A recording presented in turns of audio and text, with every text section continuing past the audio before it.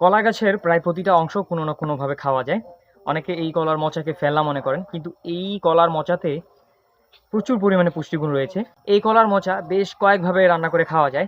ভর্তা, ভাজি এবং এটার সাথে আরো অন্যান্য সবজি যোগ করে ঠাকুরগাঁয়ের আঞ্চলিক ভাষায় আমরা এটাকে কলার মোচকা বলি। এই কলার মোচকা আমাদের রক্তের হিমোগ্লোবিনকে শক্তিশালী করে এবং এই কলার মোচকা আমাদের শরীরে রক্তের পরিমাণটা ঠিক রাখে।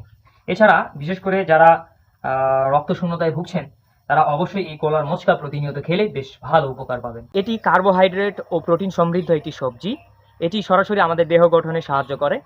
যাদের মাঝে মাঝে নাক দিয়ে রক্ত পড়ে তারা এই কলার মোচকা ভর্তা কিংবা ডালনা রান্না করে খেলে অনেক ভালো উপকার পাবেন। বয়স্ক নারী, পুরুষ, বাড়ন্ত শিশু, খেলোয়াড় এবং সারাদিন যারা অনেক কঠোর পরিশ্রম করেন তাদের জন্য এই সবজিটি আশীর্বাদ স্বরূপ। এই কলার মোচাতে প্রচুর পরিমাণে ভিটামিন এ আছে। অকালে দৃষ্টিশক্তি হারানো থেকে রক্ষা পেতে কলার মোচা আপনি প্রতিনিয়ত